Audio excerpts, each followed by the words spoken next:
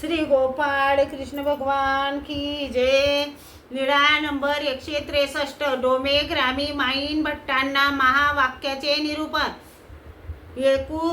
एकू दी गोसावी माईन भट्टा प्रति महावाक्य निरोपिले ते ऐसे जीव प्रपंचा व्यतिरिक्त सच्चिदानंद स्वरूप परमेश्वरू एकू आती तो सर्व शक्ती युक्त नित्य केवळ अनादि अविद्या युक्त वस्तू एकू आती ते जीव शब्दे बोलीजे विश्वरूपाची ठाऊनी मूर्तिका पर्यंत प्रपंचू बोलीजे व्यतिरिक्त म्हणजे वेगळा सत शब्दे ब्रह्मा बोलीजे चित शब्दे माया बोलीजे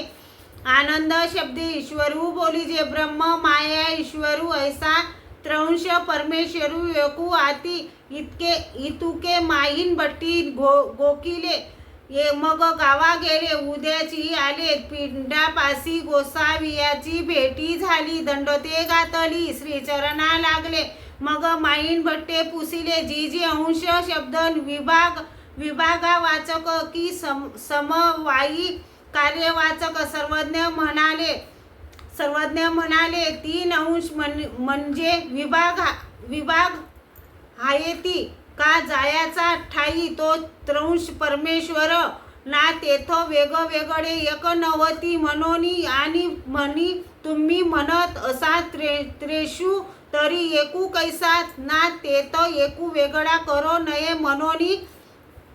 तेथ अंशु अशी ऐसा काही भाव असे अंशु हा